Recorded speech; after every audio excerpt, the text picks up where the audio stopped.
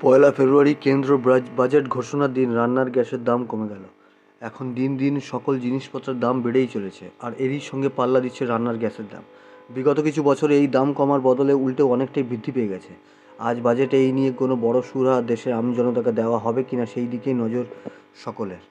কিন্তু মাসের শুরুতেই সকল সরকারি তেল কোম্পানিগুলির তরফে এই গ্যাসের দাম 7 টাকা কমিয়ে দেওয়া হয়েছে, যেই কারণে কিছুটা হলেও সুবিধা হবে মানুষের, এমনটাই মনে করা হচ্ছে।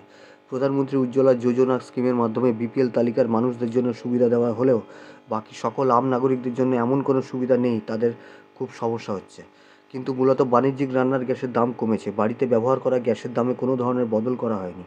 তাই প্রত্যক্ষভাবে মধ্যবিত্তদের সুবিধা না হলেও পরোক্ষভাবে কিছুটা হলেও সুবিধা হবে, কারণ প্রত্যেক মাসেই কোনো না কোনো উৎসব লেগেই থাকে। আর এই সময় অনেকেই হোটেল বা অন্য স্থানে ফাস্টফুড খেতে পছন্দ করেন।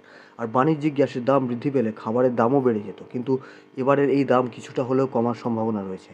তাই সরাসরি না হলেও একদিক থেকে সুরাহা হলো সকলের।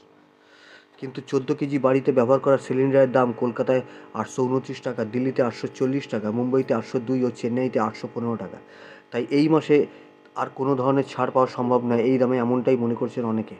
কিন্তু আজকে বাজেট ঘোষণার সময় কেন্দ্র সরকারের তরফে কোনো ধরনের ভর্তুকি দেওয়া হয় কিনা সেই নিয়ে অপেক্ষায় রয়েছেন অনেকেই। আর এবারে শুধু রান্নার গ্যাস নয়, অনেক ধরনের আশা করে রয়েছে দেশের বিভিন্ন ধরনের মানুষের।